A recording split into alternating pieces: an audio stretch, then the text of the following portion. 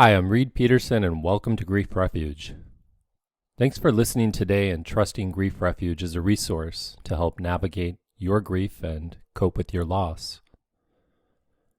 If this is your first time listening, welcome. And if you've listened before, welcome back. Grief Refuge is about helping you find peace and purpose after experiencing a death-related loss. This podcast was created with the intention to help validate everything that you're going through, to take time to reflect, and to honor your loved one. Here at Grief Refuge, you will learn healthy ways to manage grief. You can also find comfort, hopefulness, and a sense of peace in regards to your loss, as well as finding a way to embrace life and move forward again. Through these stories and these conversations shared on this podcast, my intention is to help you work through the heavier, more painful feelings that go hand in hand with grief. Grief is hard and it's painful. I'm glad you're here, and I promise to do everything I can to provide the best support to you. Before we begin, I want to mention a couple important things. Because of the depth and the nature of this topic, it may be more beneficial to not multitask while listening. Rather, feel invited to use this time for your self-care and your personal reflection. Feel invited to use this time to settle in, to relax, and to allow your grief-related feelings to run their course. If anything, feel invited to use this time to mourn your loss. Also, this podcast publishes episodes twice a month. When you're grieving, that's a lot of time in between each episode, and you may feel the need for more resources. If you're in a place of needing more support, I invite you to download the Grief Refuge app. The Grief Refuge app helps provide comfort and support on a daily basis. On the Grief Refuge app, there are daily mini podcasts that can help validate your grief-related feelings. They can give you a sense of perspective, and they can help you sort through the thoughts and the feelings that come up when dealing with loss and with grief. The Grief Refuge app is easy to find. It's a free download on your phone's app store. Please download it now to get started. Thank you, and let's move on to today's topic. Long before I put my professional experience out on the airwaves, such as this podcast, I was listening to a different podcast. It's called Grief Out Loud. The podcast is hosted by Jana DeCristafaro, and it's produced by the Dougy Center. If you are not familiar with the Dougy Center, it's an organization in Portland, Oregon that provides support to grieving children, teens, and young adults. Now, the Dougy Center is highly acclaimed for their work. In fact, many other organizations throughout the United States who provide grief support, they base their work off of the model provided by the Dougy Center. Today, I'm proud and honored to share my interview with Jana DeCristafaro from the Dougy Center. Our conversation entails Jana's commitment to 20 plus years of consistent efforts to destigmatize grief and grieving. I deeply respect Jana's professional experience. In fact, I'm proud to call her a mentor of mine. It was an honor to interview her. I hope you enjoy the conversation and the interview. Jana knows the grief process quite well, and listening to her speak is quite helpful for feeling validated, comforted, and supported throughout your own grief journey. All right. Well, Jana, thank you so much for being a part of Grief Refuge. It's actually quite a joy to have you here having this conversation today. Thanks, Reed, for inviting me and for having been a guest on my show, Grief Out Loud. It's always nice to do a little podcast interview swap with folks. Definitely. Well, in my perception, you're an expert in this field. And I deeply respect the work that you do. I deeply respect the work of the Dougy Center. Although that I haven't physically been there, just, hear from experiences from others. I do have family members that live in the Portland area. So the reputation is very tremendous. And I think you're a seasoned vet at the Dougy Center, right? You'd probably say that. Yeah, next we're in April. May is going to be 20 years for me that I've been working at Dougy Center, and I was a volunteer facilitator in a group of teens for about 6 months before I got hired. So you say that like almost with like this quality of stoicism, where it's like, yeah, it'll be like 20 years, and I can see video, and I know everybody listening can't, but at the same time, like there was almost like no facial expression. Do you have any sense of experience as far as like that accomplishment? Like, Jana, these days, like it's unheard of for people to stay somewhere for 20 years. I mean, I have a lot of thoughts about that. Accomplishment. I mean, I think a lot of the credit goes to Dougy Center itself as an organization. So I think a lot of the reasons why we have such high turnover, particularly in the social service field, is because social service is hard, and a lot of organizations are operating with minimal budgets and maximum need. And so workers, unfortunately, just become a part of that process where there's not enough support, there's not enough funding, and there's way more work than any human can accomplish. And so people just get, worn out real fast. And Dougy Center from the beginning has always really prioritized the well-being of staff and our volunteer facilitators. And I think because of that commitment and, the grace that we have in terms of our community members who support and fund our program has made it possible for the work to be really sustainable. So a lot of the kudos goes to the organization for that. And also just it being a really good match for me in terms of what I value and what I find fulfillment. And also just being someone who does not enjoy change whatsoever. So staying someplace for 20 years is satisfying in its own right. As a listener to the Grief Out Loud podcast that you host and that you've been doing, I think for 6 years now, 6+ years? 7. We just hit our 7-year anniversary in January. Said with stoicism. Congratulations. Thank you. I am from Connecticut, Reed. So I think, in New England, we tend to be a little bit less effusive maybe than other places in the country. Okay, fair enough. I appreciate that. We'll respect and honor that. But what I was going to say was being a host and having all this experience, talking, I've listened to you interview so many people, and I can tell that you're very inquisitive and you almost have this gift for helping people recognize what I would describe as like where they're currently at, but also giving them the opportunity to see where they can possibly get to. And I think that's probably, my assumption is that's probably some of your training, but also some of your experience there.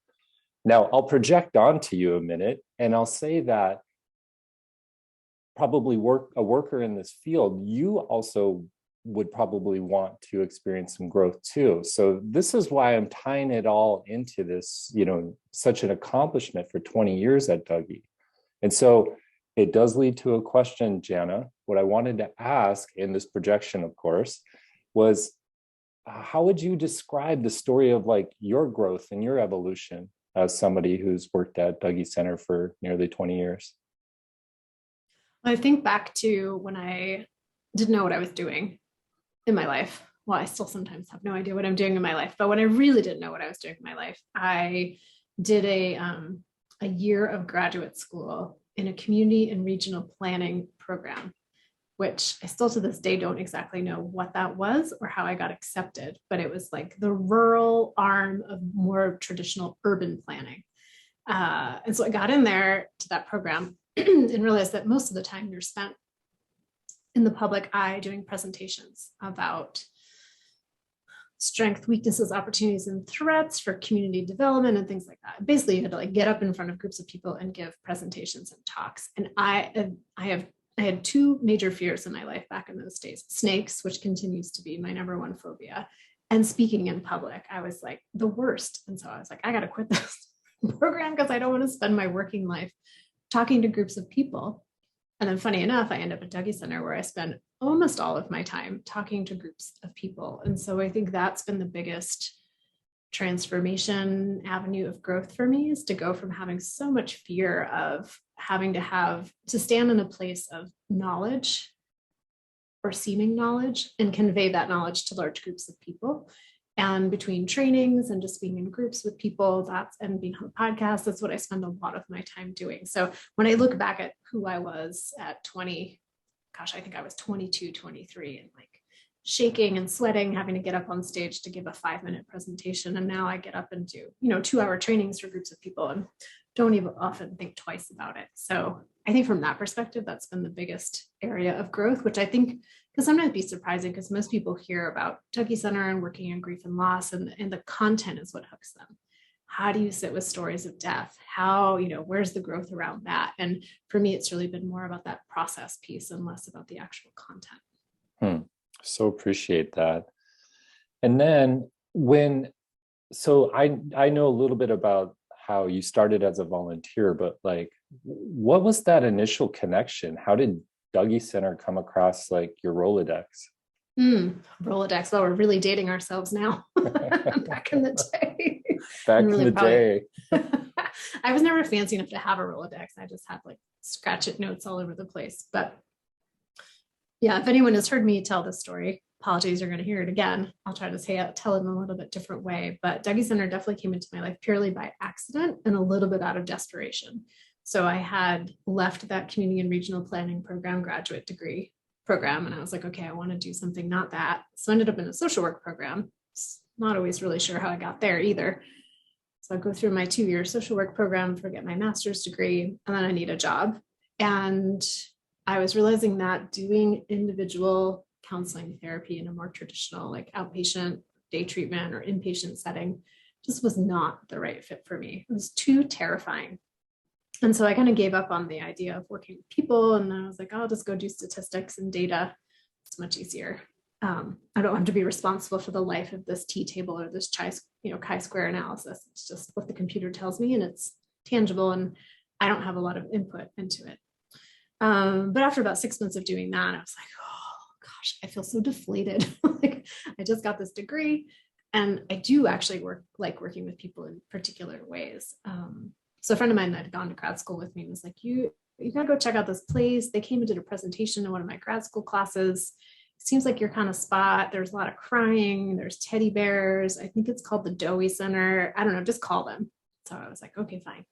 So I called them, and they were having a volunteer training like the next weekend. And usually our volunteer trainings are booked out 6 months in advance with a long waiting list. And I happened to call the moment after someone called to cancel. And I was like, all right, I'm going to take that as a clear sign that this is something I should do. So I signed up for the training, knowing, again, nothing really about Dougy Center except for the crying and the teddy bears. So I come to the training, and within the first 5 minutes of listening to the leader talk about Dougy Center's approach to working with people, and again, it wasn't necessarily the content, but it was more the process and like how they approach things. And the idea was people who are coming to Dougy Center aren't broken. They don't need to be fixed. There's nothing inherently wrong with them. They've had someone in their life die, which is an isolating, confusing, overwhelming experience. What helps is to be with other people going through something similar, so they feel connection and community and less alone. And my job in that role as a volunteer is to like hand out M&Ms, make sure everybody who wants to talk gets a chance to talk, and then we mostly follow the guidelines. I was like, deal, this I can do. Like, I don't need to come up with a treatment plan or tell someone how to get along with their partner, but like, I don't have to do any of that. Great. So that's what hooked me in. And I was like, oh, finally, this is a way of working with people and being with people where I don't have to be, I'm in charge in quotes, but I'm not like in charge of their life, which is what therapy always felt like to me, which now I know that's not true, but that was really what that initial window into that work felt like. And I definitely didn't want to do that. So that's kind of how I landed at Dougy Center. And, there's a lot of people I know go to grad school and they really want to focus on grief and loss. They've had their own personal grief and loss experience that kind of pulls them in that direction. And I didn't have any of that. And so totally by accident, as we like to say. But looking back upon it, would you label it as meant to be? This is true. I'm questioning myself. I was about to say, I'm not a big proponent of things being meant to be. And that, I think that really, tethers back to the work with people who are grieving. Because I think there's something real dicey about that terminology of like everything's meant to be or everything's working out the way it's supposed to for someone whose parent or partner or sibling just died. It's like, doesn't feel that, doesn't land very well sometimes. So I've probably edited that concept out of my own life.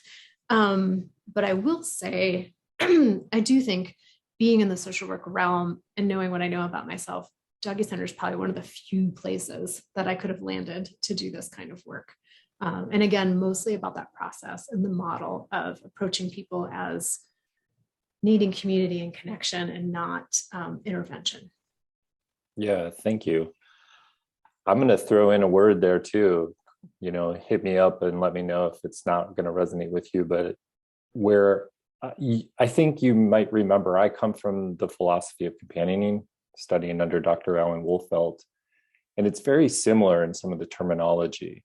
I focus my work on being like almost a caregiving provider, more so than somebody, even though I have background in psychology, even though somebody who would set up some kind of plan for intervention or some kind of treatment.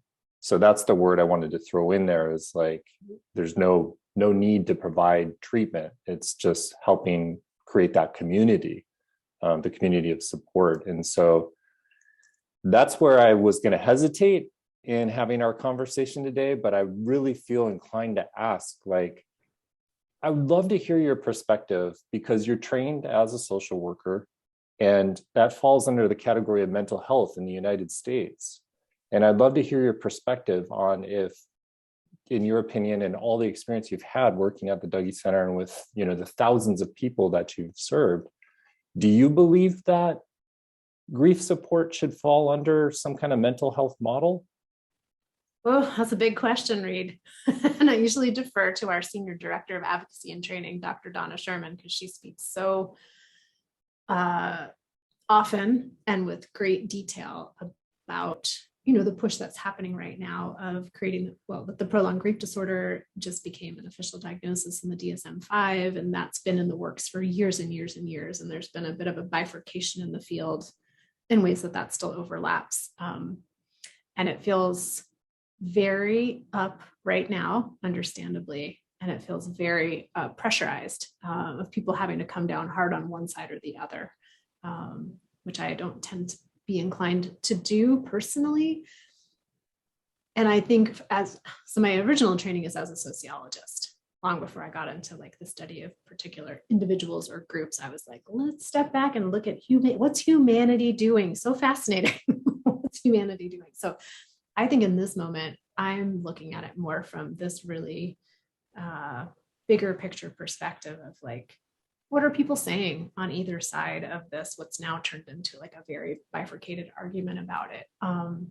I share Dougy Center's like concerns and worries of an official diagnosis for grief and what are the ramifications for that.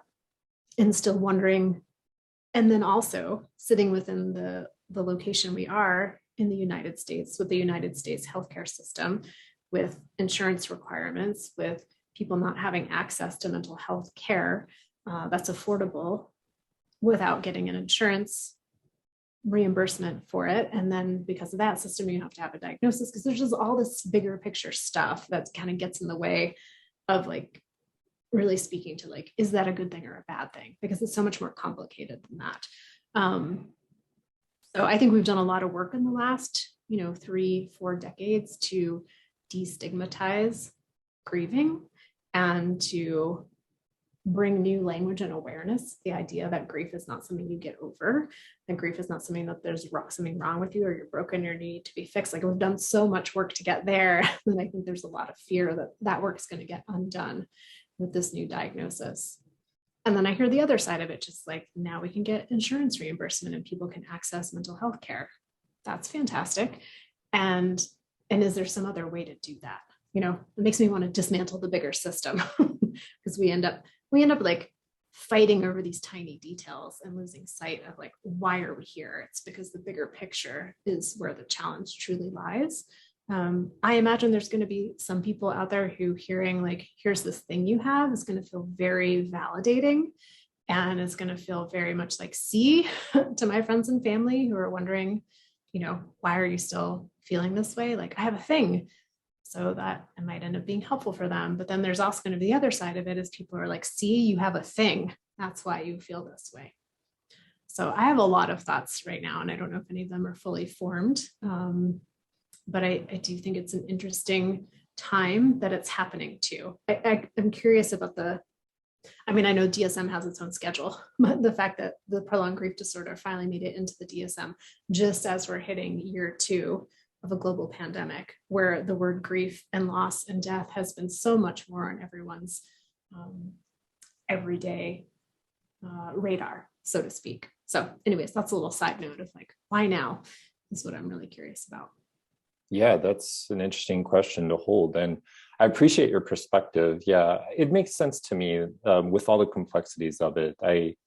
I am reading information about it in regards to it kind of being a good or bad, like you said, or a right or wrong type of thing. And I myself take a perspective of like, well, there's concerns and there's also probably relief, for lack of a better term, on both ends. I think it can be helpful to many, but it also can be harmful to many. There's so many people in this world, so it's not going to be an absolute. And so I definitely resonate with your perspective on that. And I see it as more of like a larger scale, bigger picture item that has so many variables and so many factors that essentially produce a yes or no, a good or bad, or a right or wrong for an individual. But yeah, I just wanted to reflect on that for a second, because it's kind of a big deal. It's a big thing. And, you're a professional in this field, and 20 years at the Dougy Center. I just got to keep saying that. I don't know why. Well, and I'd really refer listeners to Dr. Donna Sherman's article that was recently it was on the Mad in America blog. And it might be something you could link to in the show notes. But she does talk very much in depth about what are some of the fears and concerns about this diagnosis being official in the DSM. And again, speaking to like, how does something become a diagnosis in the DSM? That's like another thing to be exploring as well. And where are there some inequities in that?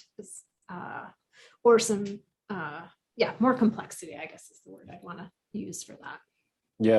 Yeah, definitely something to ponder, further research into. If I remember correctly, you have a little bit of a researcher's like kind of nudge or buzz to you, right?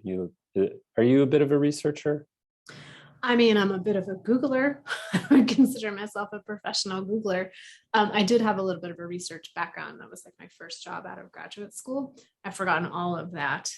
But you mentioned curiosity, and I'd say that if you ask my family, apparently from the moment I could start talking, I was like, why this? Why that? How come this? How come that? What does this mean? What does that mean? And that has not stopped, as my partner could easily verify. I'm constantly like just very curious about a lot of things. So that would be my research. Does that carry over to the people that you support in their grief journey?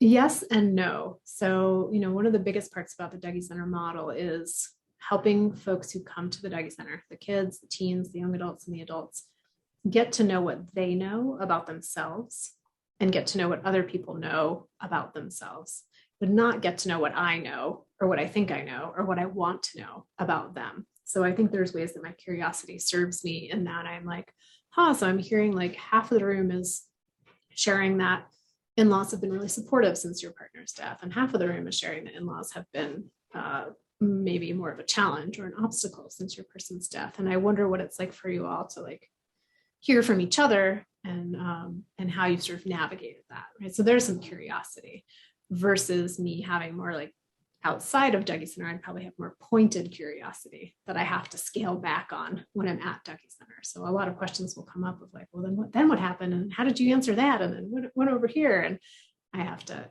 not kind of get into that role as a facilitator of helping other people connect with each other, not for them to connect with me in the group. So I hear that as an exceptional skill of facilitation. Does that resonate or no? Exceptional as in like out of the ordinary, or exceptional as in strong? strong and extraordinary. Extraordinary. I mean, I think it's something most people who come to volunteer at the Dougy Center and folks who end up working at Dougy Center have to reckon with. We often say that folks coming in do more unlearning than they do learning, because we have so many habituated responses to folks who are in grief, whether those have been explicitly taught to us or implicitly picked up along the way of things that we say or how we respond when someone's in pain, the ways that we want to intervene. So there's a lot of unlearning that has to happen in order to be in this kind of facilitation role. And I think sometimes unlearning that, like, ooh, I want to know more curiosity, I have to like slow that down and be like, okay, well, curiosity is helpful because it sparks interest, but how can I now craft a question that's going to be inclusive of people in the group that gets them to talk to each other or get to know more about themselves in relation to other people, not just to answer my pointed question that I could go Google later. Not about a person, but just like if there's like a medical term that comes up or whatever, I'll be like, I'll go Google that later. I need to ask this person to explain it more to me, which, you know, for a lot of people who are grieving, that's what happens to them. They're at the grocery store, they run into somebody, they share that their person died. Oh, what happened? What did the doctors do? You know, they have to end up having to like go through their whole medical history with this person while they're just trying to buy some, you know, chocolate and some broccoli. And I always want to make sure I'm not falling into those habituated ways of interacting with people who are grieving. Sounds like an emphasis on process and not content. And so it's similar to what you said earlier in our conversation. So kind of, you may have answered this already, but let me know, is there a skill or two that you find yourself continually trying to polish and, you know, just keep improving upon as you continue to do your work at your role at the Dougy Center? I would say with age, the skill I need to continue to work on is being present, because as I get older and as I've been here longer, it's harder sometimes to hear someone's story for the first time. Because as someone starts speaking, all the other people who have maybe been in a similar situation or have said something similar over the years, they get crowded in my head. And I'm like, oh yeah, I know what, you know, it can be easy to be like, I know what they're going to say next. And so the skill is to be like, what this person's going to say is unique to this person. How do I come and just hear them as if I'm hearing it for the first time? So that is a skill I'm having to work more and more on the longer I'm here. It's almost the risk of being here for so long. So that's one skill that's kind of like new in the way that I have to really focus on it. And then just the other skills that we use at Dougy Center that help create that chance for people to feel really heard and hopefully understood. And that's just a way of listening and sharing back what they've said with me and doing that in a way that doesn't feel artificial or robotic. So that's a skill that I think I'm always working on in my personal life and in my professional life. Sometimes that gets tricky though, because in the professional world, there's a way of listening so that I'm not coming into the conversation with my own self, which is what you kind of remarked on at the beginning of this interview. But then in my personal life, I have to like figure out how to show up as an actual human being who's dynamic and not just a reflection of what's being shared with me. Yeah. You know, that was actually one of the questions I'd written down, and it was in regards to projection. For a lot of people listening, projection can be like, well, it obviously has a pure definition to it, but you know, it's kind of a subjective experience, of course, to it itself. But I would say it's kind of like me dumping my stuff onto you, although the conversation was originally about you. Now, that's kind of a very, very layperson's terms of projection, but a psychology term. And I was so curious, like, if, you know, as in the training of volunteer support at the Dougy Center, like, is there criteria or curriculum to help people own their projections? Because it seems like that can be like where a lot of the, I'm going to put air quotes around the word danger, a lot of the word danger can happen as far as in the exchange of communication for people being there for one another in grief support. Yeah, I mean, the foundation of all of our skills is awareness. You know, having a self-awareness, having an awareness of other people, again, unlearning those habituated responses. And so I think that plays into that piece very strongly in terms of, well, there's two sides of it, as there always are. in our groups, there's me as the staff person, and then there's like 4 or 5 other adults in the room with me with kids and teens, or in the case of an adult group, 2 adults who are Dougy Center volunteers. And there's lots of reasons why it's helpful to have multiple people in the room. One of them is just containing 6-year-olds, right? They're running around. You need more people to like chase after them. But from more of like a content-y piece is there's 4 of us in the room listening to this one teen talk. And my unique perspective, the lens that I carry into this world of my gender and my race and my background and my grief experiences, all those things, as I'm listening to this person talk, there's going to be certain words or concepts or themes that are highlighted more than others because they connect with something that's true for me. And then the other person in the room has a very different story and lens and perspective and identity constellation. So different words for them are going to get highlighted. And what's powerful about that is the question I ask or the way that I reflect that person who's spoken is going to be because of the words that got highlighted in my mind. The next person is going to ask something very different because different words were highlighted for them. And so in that way, projection, not in an official clinical way, is actually really helpful because my lens helps me highlight one thing, another volunteer's lens helps them highlight something else. Where it gets trickier, where we really work with volunteers to make sure they interrupt before they get to the place of sometimes someone is sharing something and certain words are highlighted for me. And those hit pain points. They hit my own pain points. And if I don't have an awareness of like, ooh, there's my own stuff coming up, I could really inadvertently try to take this person in a direction to help them avoid this same pain point. So an example of that would be, this is not my story, but if this were my story, if I chose not to go to a particular memorial service, and I always regretted it. Maybe I had a really conflicted relationship with the person who died, and I didn't know if I wanted to go, and I chose not to go. And I've always regretted that. And I'm listening to a teen talk about, I never really got along with my person. I don't know if I want to go to the memorial service. I'm not sure. If that's a pain point for me, I can see myself shaping questions and reflections to get them to the place of knowing they should go. And that's where I have to interrupt that and be like, whoa, that's my story. I need to go talk to my co-volunteers about that and let this teen say what they need to say. And maybe my experience will inform a question I ask of like, how do you think you'll make your decision? Or what are some of the ways you're weighing going or not going? How are other people in your family talking to you about it? Those different kinds of questions that my experience will inform those, but I just have to make sure I get in front of it before I start trying to lead them to a particular conclusion. Thank you. The example is very helpful. I really appreciate that because it's a little bit of a complex thought and topic, and the example really helped clarify it. So in that regard, do you find yourself in your work, like you and the other volunteers that are helping provide the container for the experience, is most of the communication, the verbal communication, like in the form of open-ended questions, or is there a lot of space for you to share parts of your story too?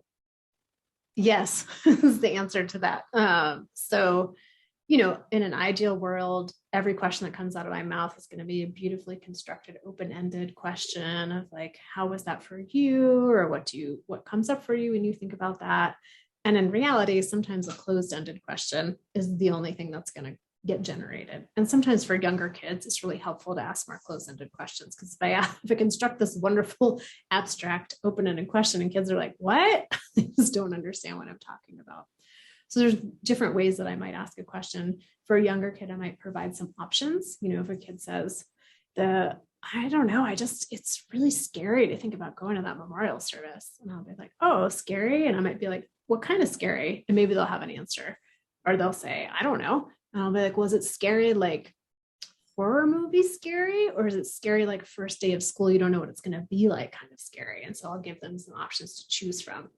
So yeah, that would be there was a second part of your question. There was open-ended questions versus. I don't even remember. I just like I how forgot. It's almost like, I can connect with you stepping into character of how like you'd interact with some of the children or the teens in the group. And I'm just like in awe of it because I can pick up on how like talented you are and how much, experience you've developed doing it. It's pretty remarkable just to get that like snippet of experience from it, even though it wasn't even real. That was really cool. Thank you. Yeah, honestly, Jana, I don't remember what my second part of my question was, but if we can shift gears a little bit, I wanted, what came to mind in thinking about the way of talking about experiences in grief was, earlier you touched very briefly on the tip of the pandemic changing things, and that was in regards to prolonged grief disorder. But just in general, I'm thinking about the way grievers are expressing themselves these days. Like, have you seen a lot of evolution or a lot of change since the time of the pandemic, or even like we'll expand it further into like a 5-year phase? Like, do you see a lot of change happen in the way the universal experience in the world of the Dougy Center and all the groups that are facilitated there? Do you see a lot of like evolution in the way people grieve? That's a great question, Reed. And I think we're still too in it to know. I feel like these are going to be things that we will be reflecting on for years to come. And I think more will make itself known in terms of bigger picture trends, with a bit more reflection, because we're not even at an endpoint yet, right? Like, we're still in it. It's changed, just like grief. Well, maybe it's just never going to end, right? Because we know grief doesn't end, it just changes over time. And I think about like early phase pandemic, middle phase pandemic, never ending end phase pandemic. Like, I don't know if we'll ever get maybe to a total vantage point where we can look back upon it and reflect. And like many people who are listening might relate to the idea that like my mind doesn't seem to hold on to things in the same way. So I was about to be like, well, let me reflect on early pandemic, and I can't remember what happened in early pandemic. But I do think, okay, I'm going to put out a little bit of a theory, and then I'm going to say, don't hold me to it, but this is going to be on the airwaves. So I think about the idea of as like a collective, if it was one big collective human body, and what we were experiencing, like early pandemic, there was such a surge of stress, right? Of like, there's this new thing, we have to figure out how to adapt to it. We don't know what's going on. I just remember personally having like a surge of adrenaline that lasted for a good couple of months. And then that initial surge came down, and I just sort of like wrote it out for a while. And then we get to this like newer place of trying to get back to quote unquote what we did before. And like, everybody's different and we don't quite fit back in where we used to fit. And there's like an exhaustion piece to it as well, which I sometimes feel like it's just the lack of that adrenaline that I've just been running for the last 2.5 years. So I think about that as a parallel to grief too, that when somebody first dies, there's so much stuff that has to happen. There's such a adjustment, right? Like a full force immersion adjustment of like just a lot of adrenaline and cortisol and like doing things and trying to get stuff done and feeling really overwhelmed. And then there's the rest of it, which kind of goes on for a really, really long time without that initial surge of energy to kind of help focus you. So I feel like we're kind of there. And what I'm noticing in groups, let me go back to your original question. So we did virtual groups at Dougy Center from March of 2020 through October of 2021. And we still have some virtual groups going, but we returned to in-person services in October of 2021. And everything felt really different. Like, coming back to groups and doing groups in person feels wildly different than it did in February of 2020. For a lot of different reasons. And that's just starting to shift. I feel like we're just starting to feel like groups have an inkling of a nostalgia for prior groups. And I think that was just the awkwardness of coming together in a group of people again. Many of us hadn't done that for a very long time, and we're doing it with masks and trying to navigate that. And so a lot of our group process was around safety. Like, how do we keep people safe, and trying to do things differently? I have to sit over here, keep all these windows open, all really helpful things. But it really, there were these extra layers we needed to attend to. And I think now that people have gotten used to all those protocols and just it feels a little bit more second nature, now we can get back to the actual group process. So I don't know if that was a very clear answer, and it doesn't really relate to what I see in terms of how people are grieving the same or different. I do think I'm hearing much more conversation about the role mental health plays in our lives. in a way that I don't think we were hearing before, at least not on this large of a scale. And people seem to be relieved to be able to have that be part of the conversation, that we're not relegating mental health to just this very small place in the world for a very select few of people who are struggling. It's like everybody has mental health and we all need to be attending to it just like we do to our physical health. So that what I would say is the biggest change that I'm seeing people talk about. So for you, is grief a mental health thing, or is it more than that? Oh, it's so much more than that. It's so much more than that. And I think, grief is everything. Grief affects us on the physical level. It affects us behaviorally. It affects us cognitively. It affects our emotions.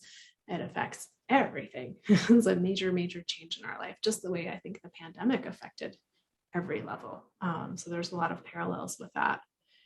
And I think this idea of mental health, I'm not tying it to the new prolonged grief disorder diagnosis at all. It's more people in the group saying, it's so nice to be able to talk about the fact that the person who died's mental wellness or mental unwellness or challenges with mental health may have played a role in their death or played a role in our relationship. And so I just think that the breaking down of the, like, we don't talk about that stuff is starting to shift for at least the folks that I'm talking with. I'm sure that's not true across the board in different communities.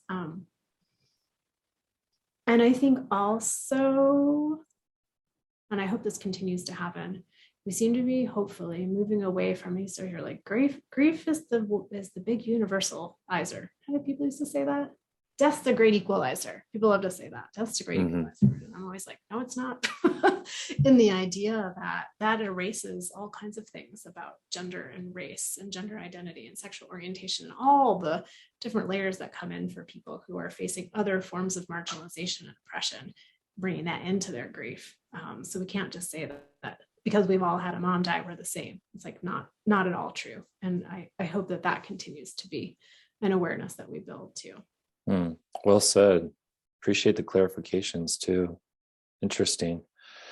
All right. Well, I think I have one last question for you, kind of a on the spot one, but it's about so when I think of the Dougy Center, it seems like although it helps many people of ages in developmental phases of life, but essentially it seems like it's focused on children and teens. Is that correct?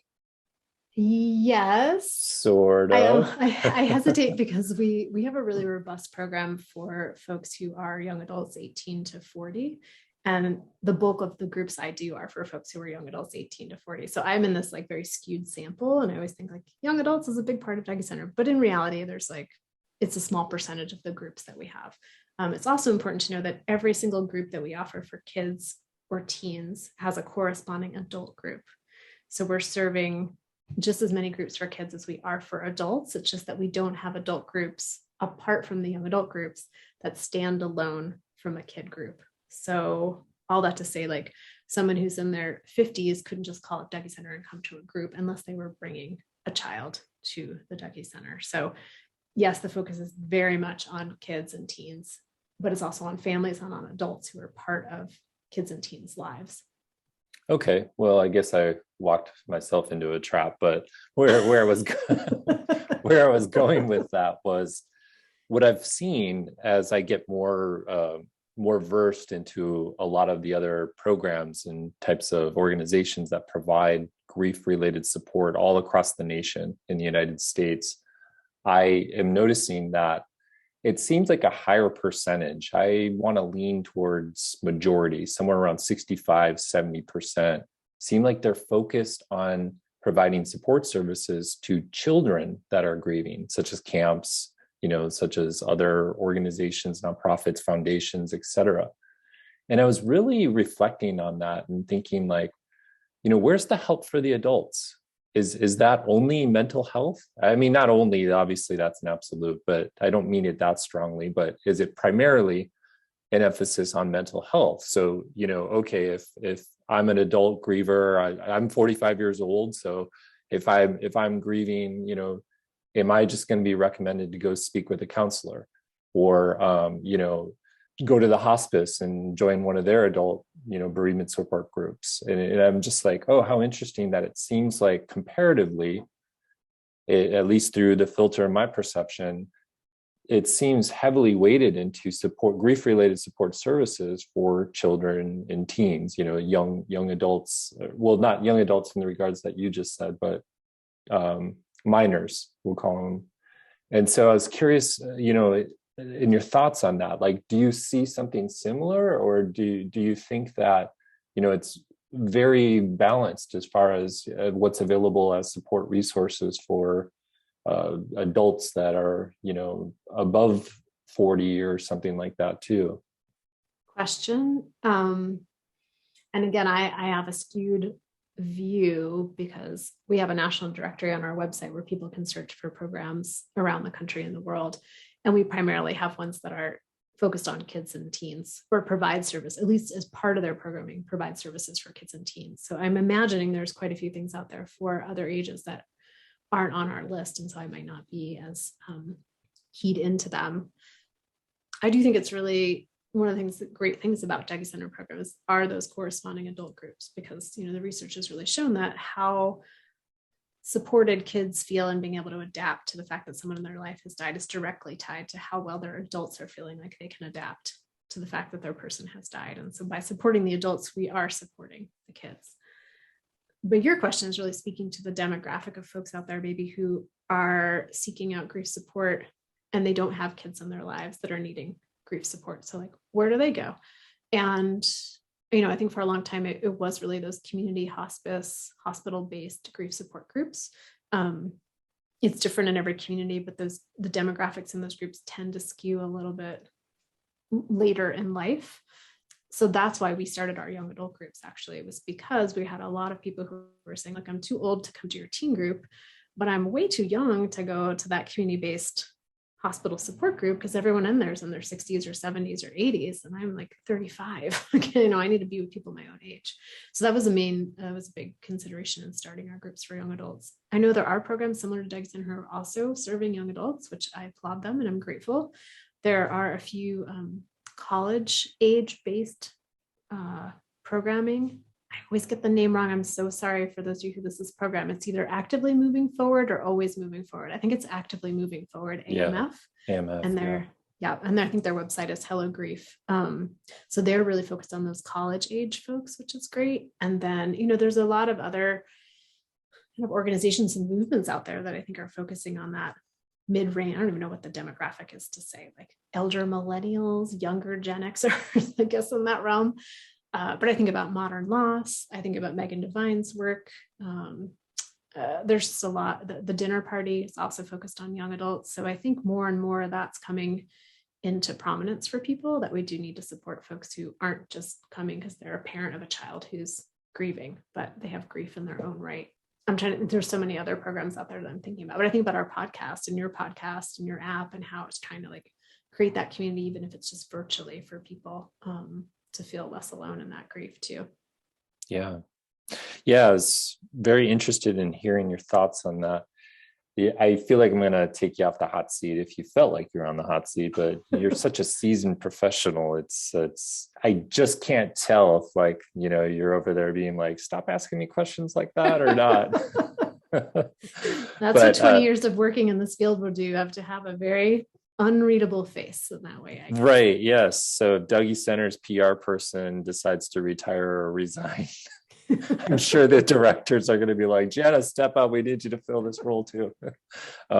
You're good at it, by the way. But I guess in closing comments, and I just want to hear what's going to be the party celebration. What's going down for Jana's 20th year anniversary at the Dougy Center. What is going? Hopefully 8 hours of sleep. I don't know. I feel like my goals around that have been winnowed down over the last couple of years. Yeah, I don't know. I feel like I haven't. It's interesting because for people who are grieving, there's something about the multiples of 5. It's coming up on the 5-year anniversary. It's coming up on the 10-year, 15-year, 20. And I don't know where that comes from. Is it just part of our Roman numeral history of 5 is a thing? But I don't always get as hooked into those like 14 was just as meaningful as 20 to me. It's usually related to like what's going on in my life. That's going to make that anniversary more or less memorable. So I don't know, TBD what the party will be. It's always the Tuesday after Memorial Day weekend. And so I'm usually thinking about what I'm doing for a 3-day weekend, which usually is camping, but these days it's impossible to get a camping reservation anywhere. So I don't know, we might just be staying in town. But. Okay. Well, TBD. Hopefully, Yeah. there'll at least be some social media celebrations shown from the Dougy org and things like that. So, Jana, I appreciate your time and your expertise and your just perspective. I deeply respect the work you do, and I'm so grateful that you're a part of Grief Refuge. Thanks for joining us. Thanks for having me, Reed, and for all of your really thoughtful, insightful questions that I will be percolating on for the next 24 to 49 hours until I forget them all. But I appreciate your time today. Thank you for listening to the full interview. I'm deeply grateful for your trust in Grief Refuge and all the stories, the conversations, and the experiences shared here on this podcast. Grief and healing is important work, and although painful at times, it's worth it for helping to heal your heart, your mind, and your soul. Remember that if you need more support, in fact, if you need daily support, download the Grief Refuge app. Grief Refuge app, it's a daily companion that's made to comfort and support you throughout this difficult journey. Please search for the Grief Refuge app on your phone's app store now. Also, I ask of you to leave a rating and a review. I love your feedback. It's deeply valued, and yes, it's listened to.